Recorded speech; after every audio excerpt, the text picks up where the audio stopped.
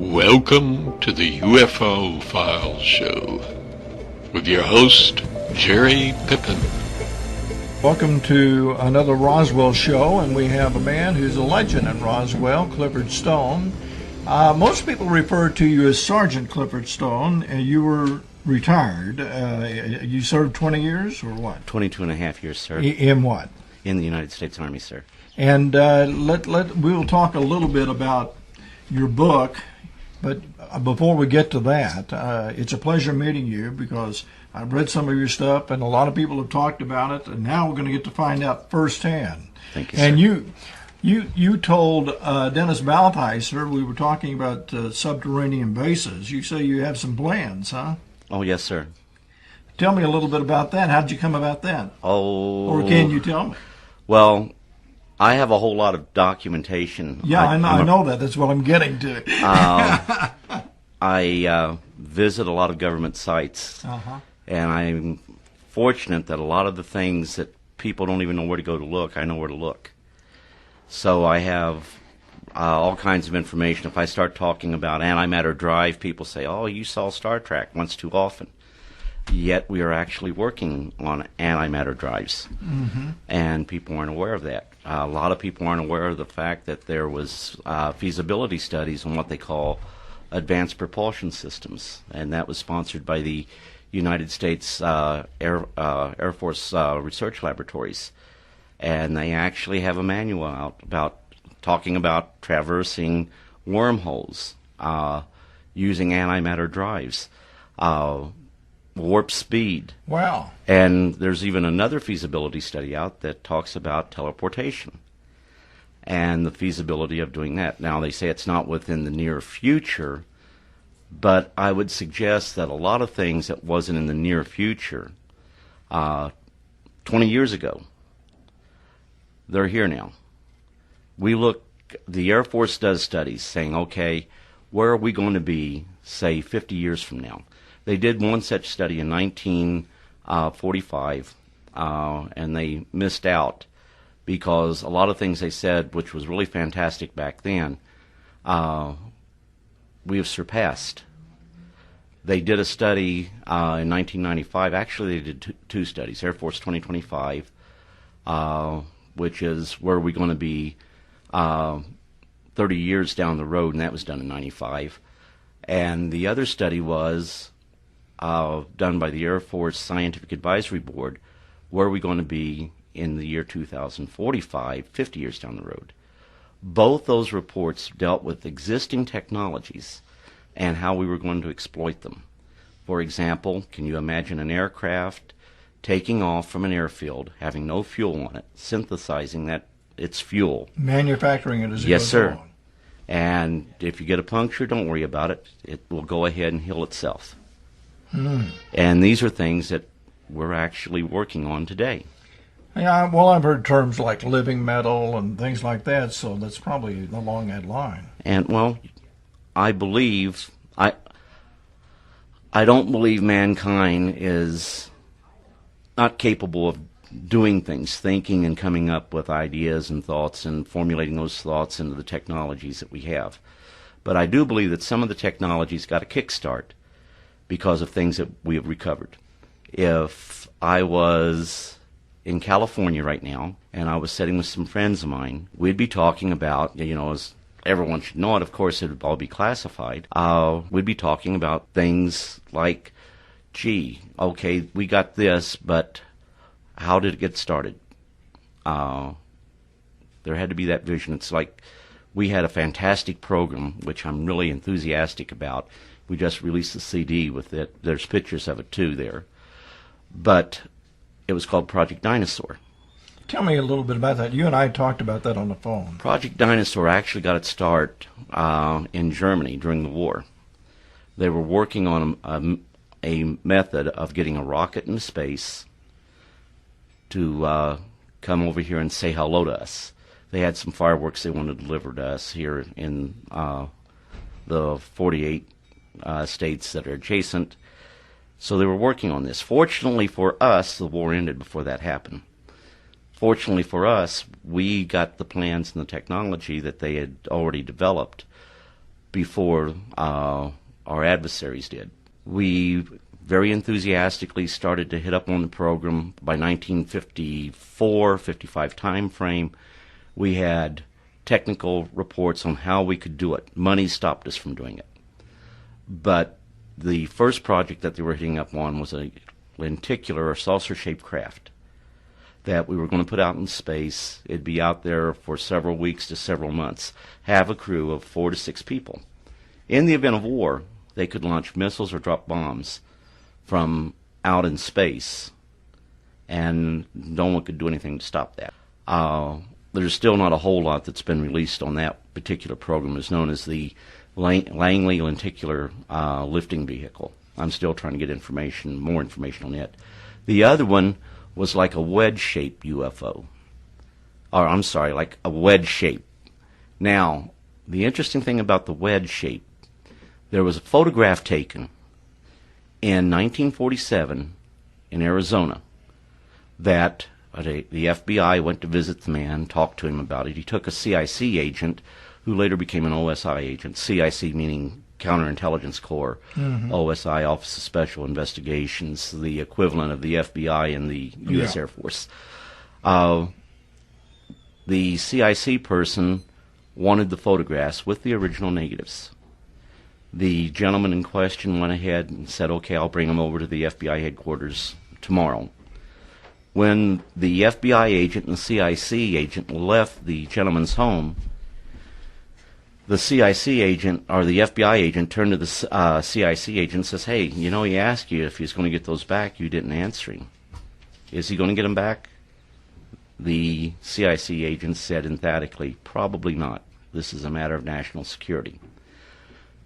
Those pictures never made it to Blue Book. They were taken to the Pentagon. They stayed there at the Pentagon until the gentleman asked for them back because he was going to release them and let True Magazine use them for an article. When he wrote to the Air Force saying, hey, you guys have my pictures, I was wondering, can I get them back? Ruppelt said, this guy's just trying to jump on the bandwagon. We have no report. We have no pictures. Well, a colonel from the Pentagon said, yeah, we do. They're in one of 2 classified files that we have here at Air Intelligence. By the way, Captain, you should go ahead and write a letter of apology for us not getting those back to him. And we believe them to be a hoax. He never did get his original prints back. He never did get his original negatives back. This is crucial. The negatives he could have taken in, had them test them, and really destroyed the Air Force's conclusion that they were hoax photographs. To this day, I do not believe them to be hoaxed. Also, the crash that occurred here, people are referring to it as being like a hill shape or wedge shape UFO that was recovered. What I'm suggesting here is that the early UFO reports sparked the imagination of many people that were involved in the air industry at the time, and they saw a technology there that could be utilized, and they went to work on it. That's why they were very enthusiastic about Dinosaur. What I'm pretty certain of is that some of the technology that may have been involved is technology that we exploited that came from someplace else. Now, the reason I state that, if I mention to you the U-2 plane, you know exactly what I'm talking about. Sure. If I mention to you the SR-71, you know exactly what I'm talking about. If I go up and say Dinosaur, then you, oh yeah, I know about those. About 60 million years ago, they roamed the Earth. That's what I said to you on the phone. I didn't know they were in there ago. And, well, this is one of the states that has a lot of fossils. Yeah, I know. But the whole situation is that program was more viable than either one of the 2 programs that I just mentioned, the U-2 or the SR-71. And they're both real. And, of course, most people think, well, Dinosaur never flew. Oh, yes, it did. It went out into space, but it would not be until 1961 the first flight was be taken.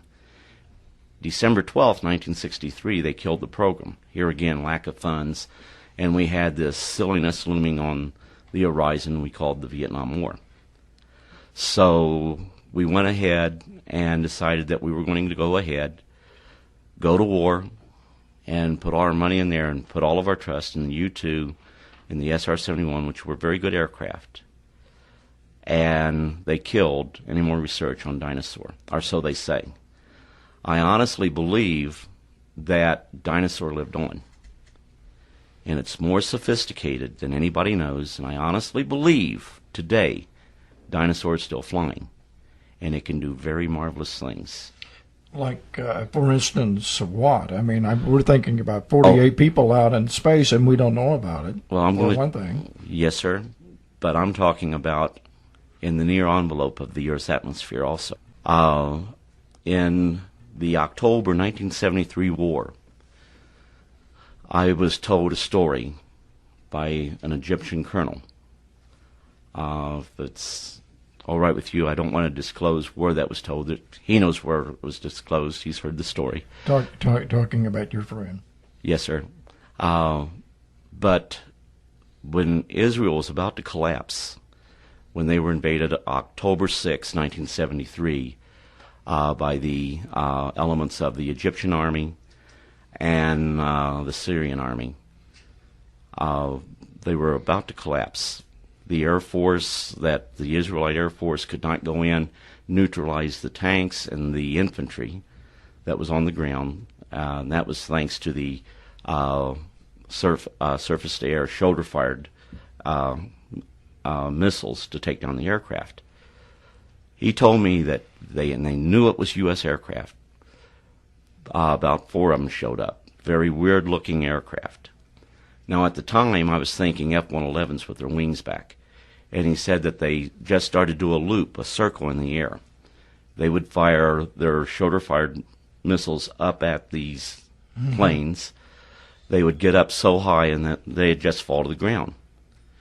Well, when they fall to the ground, you still expect them to explode. They didn't explode. This enabled the Israelite Air Force to neutralize the threat that was about to end the existence of Israel. The U.S. to this day denies that ever occurred. But I got it firsthand when I said, I think I know the aircraft. I was actually told, you stay in your office and you don't bring it up no more. Do not bring the book in. Well, they shouldn't have been worried because at that time, the term, and this was, by the way, 1984. Okay. The term was still classified. Dinosaur was still classified. Somebody went ahead and thought it'd be cute to go ahead and put dinosaur on a T-shirt and a spacecraft there. And the United States government actually went and rounded up all those T-shirts because it was a name that no one was supposed to know. Now, remember, it was killed in 63. Yes, sir. Some odd years before. So, and some of the documents on that CD that I gave you were just declassified this year, March 17th. And now this CD is available. Oh, yes, sir. And can you give me an example of some of those classified documents? What do they say? Backing up your story or what? Oh, yeah. Well, yes, sir, except for what happened there in Israel. One guy actually, I think, knew a little bit about it in one of the histories that was written because he was talking about how if we had dinosaur at the time of that attack, it would have made things so much easier for the Israelites. Well, I think we did have dinosaur at that time because we had no space-based assets and we weren't flying U-2s or SR-71s over the specific area of the Mediterranean where the Soviet Navy had taken up position to go in and reinforce Syria and Egypt and assist in the occupation of Israel. Every unit at that time, I remember it well because I was still in the military. As a matter of fact, I was sent greetings and salutations. I'd been a fun-loving civilian for 28 days. And now I found myself back in the uniform, asking myself, what am I doing here? But I was back, and this was going on. And if you remember, we also had the a major UFO flap in October '73. But the big concern was what the Russians were going to do. And the reason we knew about it was... The Russian threat was real at Yes, that sir. point, and we had a major UFO flap, or you're saying there was a connection there? Or just a coincidence? Well, I think there was a connection there. I think that our visitors are very interested in some of the things we do.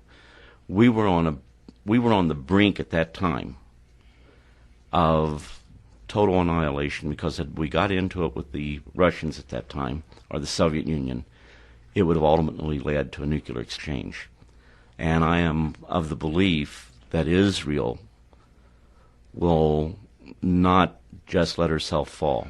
She will destroy herself, and I mean with nuclear weapons. I believe Israel does have a nuclear weapons. They would use them. They will fall on their own sword before they will capitulate to any other nation. And the extraterrestrial involvement is to stop it, or watch it, or monitor it, or what? This is our planet. They're going to let us do whatever we want to do. I firmly believe we are also a nation or a planet in quarantine. You're a Sergeant First Class, right? Yes, sir. And retired. Yes, sir. And you obviously had a pretty high clearance because you've seen a lot of things. Well, the interesting thing about the clearance is that I wanted to apply for a clearance because I felt I needed it in order for promotions.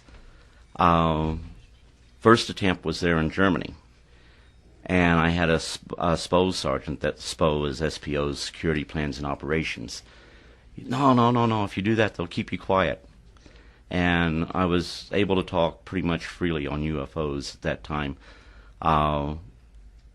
It didn't get me in trouble until I got here. Here in Roswell? Yes, sir. And I almost what happened there? How'd you get in trouble? I almost got court-martialed. I was getting calls. You were still in the service? Yes, sir. And one thing I don't want to talk about is I was more involved in what I'm saying here. Okay. But there was a reason. I mean, I'm a 71 Lima, and they send me to Roswell, New Mexico, after requesting that I put in my request to go to the Sinai Desert, to be on the multinational force. Right, oh, yes, sir. But they called, no, you're going to Roswell. And I'm saying, what's at Roswell? And I'd been back in the States for about 2.5 years, 3 years. Normally you're ready to go overseas. Well, they were sending me to the New Mexico Military Institute. Well, that's right down the street. Yes, sir. And I was with Military Science Department there. It wound up that when I got there, I was getting calls from various agencies dealing with UFOs. I even talked to some groups here reference UFOs. And some of the powers that be did not like that. My life became a living nightmare. And I thought some of the folks that I dealt with had forgotten me. Well, they didn't. Ultimately, I wound up, I got relieved of duty. I was isolated, essentially not being able to do anything. Put into a room where I stayed except to go get lunch. But then I was exonerated. And after being relieved of duty, getting an adverse EER, one of the highest peacetime awards you can get for service, I was awarded that, the Meritorious Service Medal. Mm-hmm. I believe I have the distinction of being the only service member, living or dead, that got a medal for service during a time he was relieved for duty and got an adverse EER. Yeah, that's hard to believe, but at the same time, things like that happen. Oh, yes, sir. The other thing was hard to believe. Here it was, I was going to Germany, the family was here, and I needed to take a leave, and I requested a 30-day leave so I could move my family actually back to Mississippi. We had a home there. And by Fort Jackson, someplace? Keesler Air Force Base. Okay. I had some interesting assignments. But I went ahead and I said, well, I need to get my family back there. And, well, no, you can't do that. And they held me and held me and held me. 3 days before I was to go to Germany, I was given leave. Didn't give me no time to do anything. So we're buying the house where we're at right now here, so we stayed there. I went to Germany. When I went to Germany, I got a letter from 4th ROTC region granting me the 30 days leave. Like, what am I going to do about it now? Also, where my assignment was supposed to be, it didn't turn out to be where I was supposed to be going. And I found that I was going to be back involved with the non-existent issue of UFOs. So the people who really control that, whether you're military or the alphabet soup of the military intelligence, no one knows who that small nucleus is that controls it. So I figured if I put in my request for retirement, I will be able to go ahead, retire, and they won't be any the wiser. So I went ahead, after being there for about six months in Germany, and we started to have things happening in Belgium. We had things going on in the You're talking about in the UFO world? Yes, sir. You're right. In the Soviet Union. The Soviet Union lost a fighter, MiG-27, in the summer. We were able to keep that quiet for 72 hours, and it never broke over here. Things got really hot for the pilot. He bailed out. Then the plane regained power, and it crashed in Belgium. But UFOs, along with their occupants, was being seen in Russia even. And we were actually... When you say their occupants, what were you talking about there? Well, there were several different types of occupants. Okay. You had your classical grays. You had some that looked like inflated balloons, like you might say, about 10 foot tall, that would just float. It didn't look like they were walking or anything like that, but they would float, and they would go up over fences, things of this sort. The whole school saw them. Their military was concerned about some of the things. As a matter of fact, there was a recent release of a CIA document that makes reference to a pilot being killed in 1989. There were other things that have happened, and I think those documents have come out where the CIA was making reference to them also, where the military officials of the Soviet Union was alluding to, yes, we have our own problems with UFOs. And the one thing that I didn't want to be involved with was being in Germany for 4 years and the family not being there. So I said I was going to take leave, went in, put in my retirement, didn't utter a word to the powers that be on the other side of the fence. October 30th, I took leave, October 30th, 1989. Came back November 30th, I was to report to Fort Bliss to out-process and complete my retirement. I got to Fort Bliss, and they attached me for 60 days pending approval of my retirement. The only problem was the retirement had already been approved.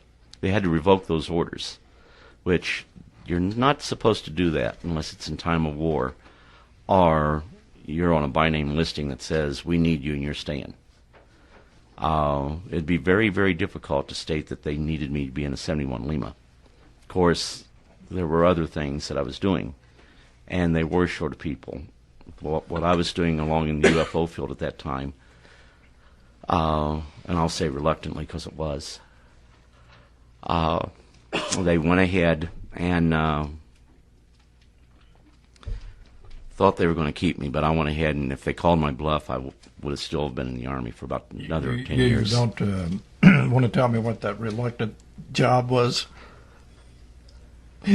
Okay. Now I'll let you off. It ties in. It gets me in trouble when I talk about it a lot. Well, I don't want to get you in a lot of trouble on the first show. Well, I'll tell you something else. When you deal with it up close and personal,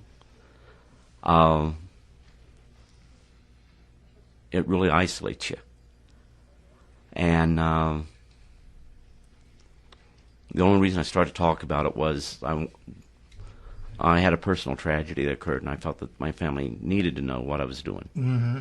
So I told them first. Then I told some other people, and some other people told other people. And you get to the point where, gee, if I could just go back and deny this. But you can't, because to deny it, you're denying yourself. Mm-hmm. And I know it. I know what I went through. I lived it. And I actually started to check, gee, can you prove any of this? And I have a CD at home called the Stoni's File, where I try to piece some things together. And there's circumstantial evidence in several military publications my conviction that UFOs are real. But they were put out there for a purpose because we knew something was going to happen in Europe. They were put out in October, November of 1980, and you might recall what happened at Rendlesham Field in December of 1980. There's still more to that story that needs to be told. Tell our audience a little bit, because a lot of people don't.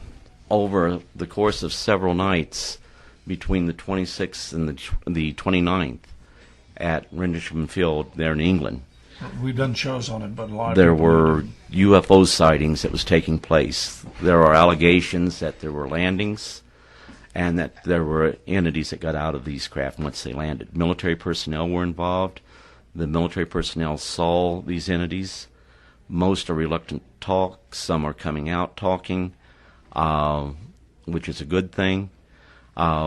Some people are stopping short, and I understand why, that have knowledge that the entities were there in high places, who are coming out and talking, well, yeah, we saw these and nothing really ever happened to me. The military didn't come after me or anything like that. And as long as you don't talk about seeing the entities, they're not going to come after you. You just saw lights. You saw lights in the forest. But now people are becoming more and more brazen. They're coming out and stating that they saw a structured craft. And we're not talking just the privates and the sergeants, but we have officers that are coming out. I think there was either a lieutenant colonel or a colonel. Lieutenant colonel. Right, was involved in that. Yes, sir. That's about as high as a field grade officer as you can get. So. Well, he went on to make colonel. Yes, so it didn't hurt his reputation. Or we don't know. He may have made general otherwise. But he's coming out and he's talking more. But what I'd like to see is the documentation that I know is there come out. They would usually let me do it. As a matter of fact, in Dinosaur, I got to see the documents before they were declassified. And I'm sitting back looking at them and seeing that they're still stamped with their classification. And I'm saying, well, where's the stamp that says that these have been declassified under FOIA? And it's not there yet. And, it's not there. It's not been declassified yet. I said, so if somebody sees me with these, I just simply tell them to call you. And no, you're going to go to jail because they're not declassified. And I said, okay, what do I need to do to get them declassified? Well, eventually they were declassified, put up on site. Some of the stuff I was trying to get from Wright-Patterson, they made it very difficult because my computer would keep going down. And even though it had the program in there to open the files, it wouldn't open them. And a friend of mine in California, he went ahead, emailed them to me. So I got them, but I still had to crack the nut on how we go ahead and get these files from there. Well, it's supposed to be QuickTime files. I got QuickTime. Everybody, I think, has got QuickTime. I even went ahead and bought the Pro 7, but it would not open those files. So I thought, okay, I know what to do. So I went ahead, got back on there, clicked on it to save to my desktop, saved it to my desktop. It went through one of the Microsoft programs, appeared on my desktop. Then I just clicked it, create a PDF file, so I created the file. And that was some very interesting reading. But it also tied into the other stuff I saw, so I went through DTAC and got the rest of the information that they'd let me have. And I'm still pushing to try to get some more information. Also, NASA had some information on it, but I also found out, I started off with Mach 27, and there's indications that these craft actually attain that speed. And now, that's pretty fast. Yes, sir. Also, if you'll note when you see the pictures, there is no heat shield on these craft, and they were going out in space. They were carried into space. They were what they called a boost glider type craft. They would actually circumvent the globe 3 times, then start re-entry in the Earth's atmosphere, which they could go around several more times, taking fantastic pictures, skipping the Earth's atmosphere, which means in 55, 56 time frame, had we funded the program to do it, we would have had the first man in space. And it wouldn't just be a little ball sending back a beeping noise. But we chose not to do that. It wasn't until we got concerned with Sputnik that we decided, we better get out there too. We were working on it, but it was still something that was considered, we can put it on the back burner. It didn't get its boost till after the Russians put Sputnik up. Now, when we talk about Wright-Patterson, anything going on there now? At Wright-Patterson? Yeah. I think so, yes, sir. You do? I definitely believe. I mean, there's all kinds of stories about what's happened in the past, and probably most of it's true, I think. Oh, yes, sir. And so, but their big story these days is, well, we moved all that stuff out of there in the 80s. They probably didn't. Let me give you an example. When UFOs first started, when we first started to investigate UFOs, and the public knew we were doing it, but didn't know what, because it was supposed to be secret. It was above secret. Army CIC was doing it.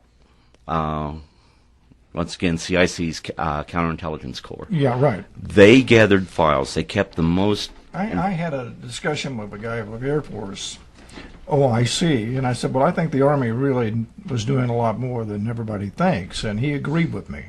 I think the Army was kind of hidden here, but they were right in the middle of it. Well, Army probably leading. Well, we had the file on what happened here at Roswell. Mm-hmm.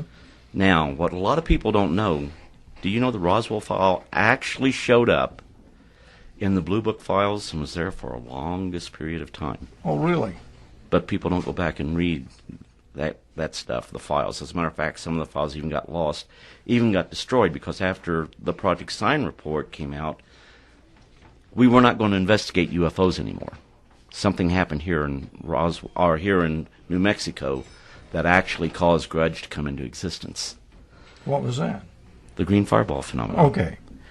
Now, I remember the green fireball story. They were, yes, sir. They still hear about it. Oh, yes, sir. And they are still What's just the as story on mysterious. Project Twinkle was inconclusive. Okay.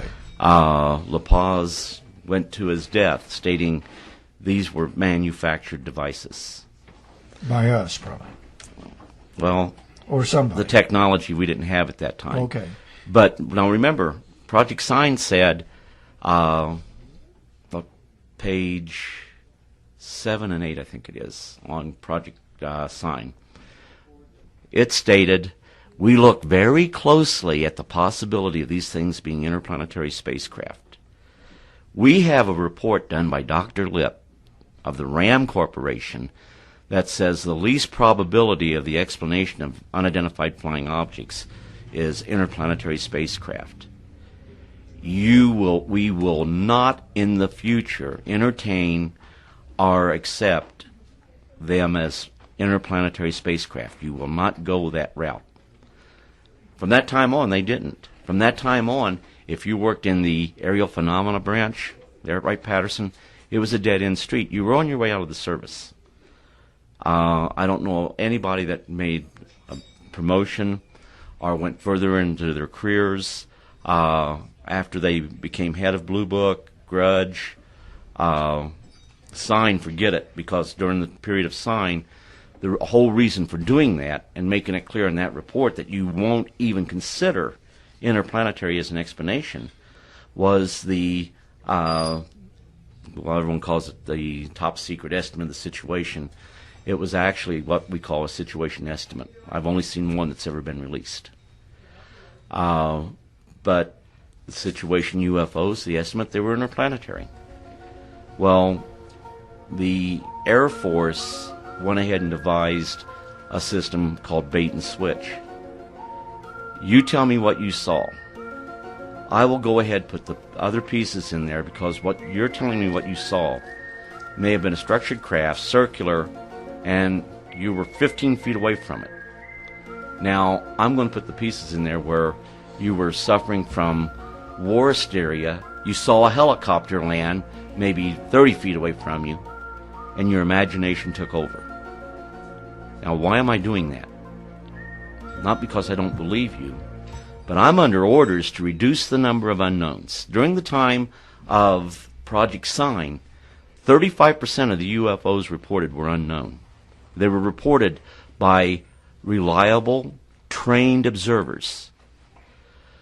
By that being the case, it was very difficult to look these people in the eye and say, well, you know, that can't be. You're telling me a fantastic story. Well, that's how Hynek got it. Fantastic, that he was hearing fantastic stories being told, or how was it? Fantastic stories being told by highly credible people. It couldn't be ignored. He even had a frustration with the Air Force. In Bismarck, what is it, South Dakota? Mm-hmm.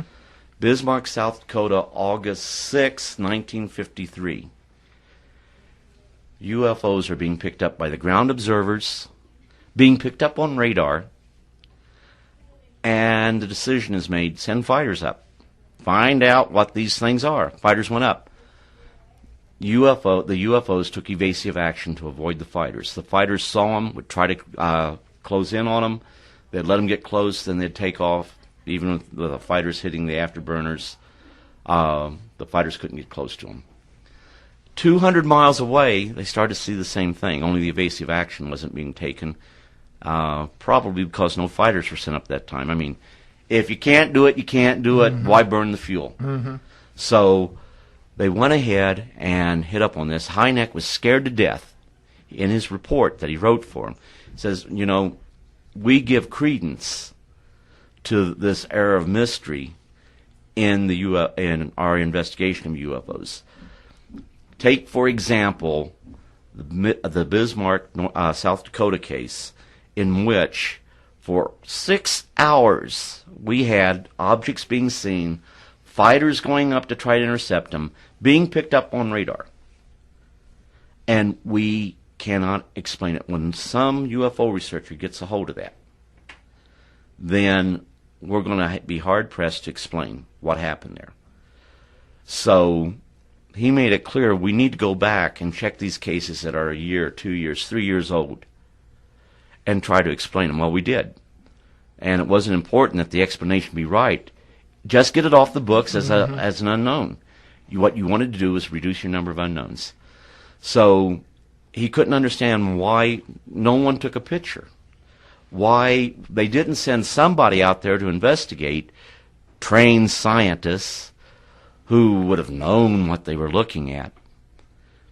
And, you know, this didn't make any sense to him. And also, he alluded to, you know, this could give the enemy the upper hand. In other words, the enemy could start bombing us, and all you have to do is go ahead, have some fifth columnists say, hey, I saw a UFO last night, get the adrenaline rush, and having other people start misidentifying stars, things of this sort, cause hysteria, bomb. Well, the bombing and all this would be taking place. You would not even anticipate that it's the Soviets or say, we're not doing that. But what happens, everybody thinks ET's attacking. So after 2 or 3 days of this, well, you have a problem. And, you know, the morale is shot. No one has confidence in their military. And you've lost the war before it even begun. He actually put that in his assessment. It was in there. Now, what do you do about that case which it took evasive action, picked up on radar, was being seen by many people? Well, you go ahead and you say that there was malfunction in the radars and that what people were seeing were temperature inversions. Now, I'm willing to accept that the day that somebody comes in and scientifically shows me that temperature inversions will take evasive action from fighter aircraft. Well, I have you have another one that's just released. I have 4. Yeah, altogether. Yes, sir. The other one, you the have one that I just another new one first. Yes, sir. That one is the New Mexico and UFOs, the early years, 1947 to 1952. You find out a whole lot about the green fireball phenomena. Also, you find out that the only state in the Union during the tenure of Project Blue Book that had its own Blue Book file was New Mexico. Really? Yes, sir. A state operation. Well, a file within the Blue Book files just marked New Mexico. But as I was telling you earlier, I actually believe that the death throbs would have been felt with the conclusions of Project Sign in February of 1949, in which the Air Force would have gladly have gotten out of the UFO business. And if you reported UFOs, we're sorry. If you feel threatened, notify your local law enforcement agency. We don't investigate UFOs anymore. Had it not been for Dr. Lincoln LaPaz seeing his green fireball and being an expert in the field, knew that that was something that was manufactured and exhibiting technology that was above and beyond anything that we had. Being concerned that it could be some type of espionage device directed against the security of the United States, he brought it to the attention of the military. The military was having their own problems with it, too. All through this discussion we've had with you, it seems to me that the overriding concern was the security of the United States in the Cold War. Yes, sir. If all of these things, the UFO sightings, and all this had happened in a different climate, we might have a different outcome as far as disclosure. Actually, we don't know that. Now, the reason I state that, there was a workshop that NASA had in the year 2000. Everybody quotes the Brookings Institute as to what they had to say. Well, in the year 2000, the astrophysiology department of NASA had a workshop. One of the concerns that they had was to let people know we're not alone in the universe when we have that first contact. They also, because of the entering into the advanced propulsion systems now, and recognizing the fact that we may someday be able to visit other solar systems outside of our own, they may be able to come here. And the big concern is what world reaction would be. They believe religion is resilient enough that it would survive. There would not be a problem there. But once again, there would be many questions that would be brought up about the scientific community. It would be day one of school all over for most of the scientific community. So in other words, you're saying we generally we talk about the religious implications. Yes, sir. But you're saying the scientific implications were probably just as overriding because these were scientists and they were trying to cover their own... Correct, sir. The other thing that's interesting about that report is that it makes it clear the clock is ticking. The day is approaching that we're going to have open contact. And the question is, how do you tell a world society?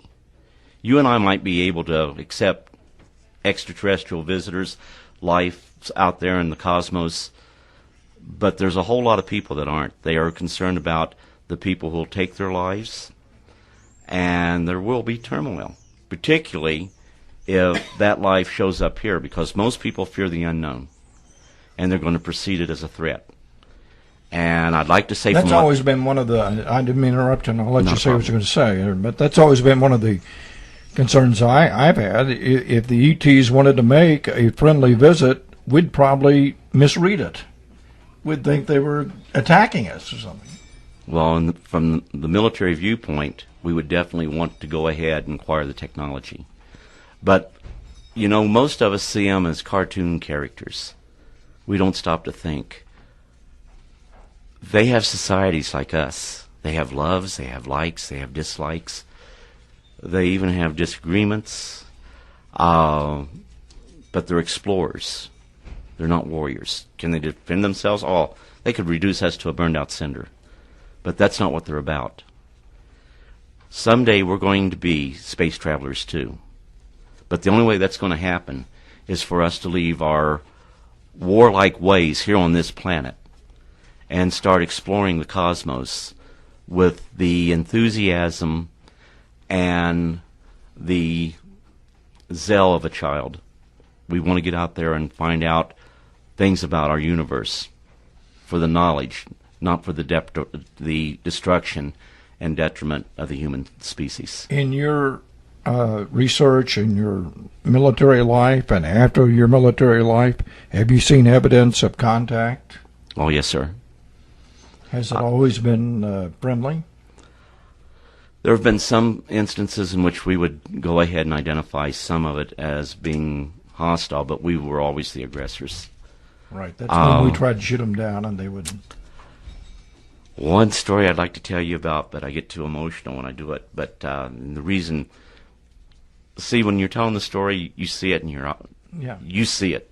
You're reliving it inside of you. You're reliving it. Well, I'd like to hear it if you could do it. I don't want to put you through a lot, but well, there was one case where, and I've told this one before, but we were entertaining one. He was supposed to be our guest. He was our prisoner.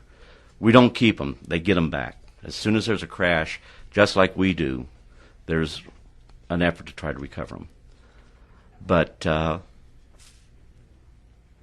was gifted or cursed with this situation that I was sensitive to things.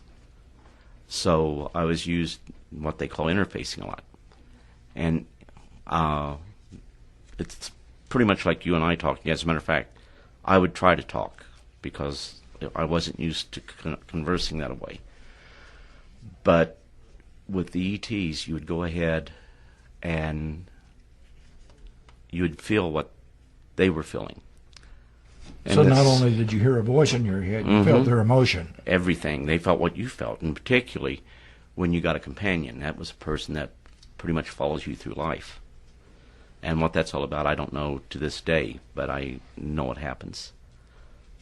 Anyhow, we had this one room, and they had this entity in there. And I was supposed to go in and get what I could. I know this is painful, I apologize. But I went in, and it looked up at me, and exact words, "I am afraid." And I felt what it was feeling. And trying to get it out a little further. You know, think of you being billions of miles from home, not knowing if you're going to see your family again, your loved ones, or your own world. And we helped it get away. You the people there. Well, not officially. Me and another respect 5. Yeah, okay. But it almost didn't happen. But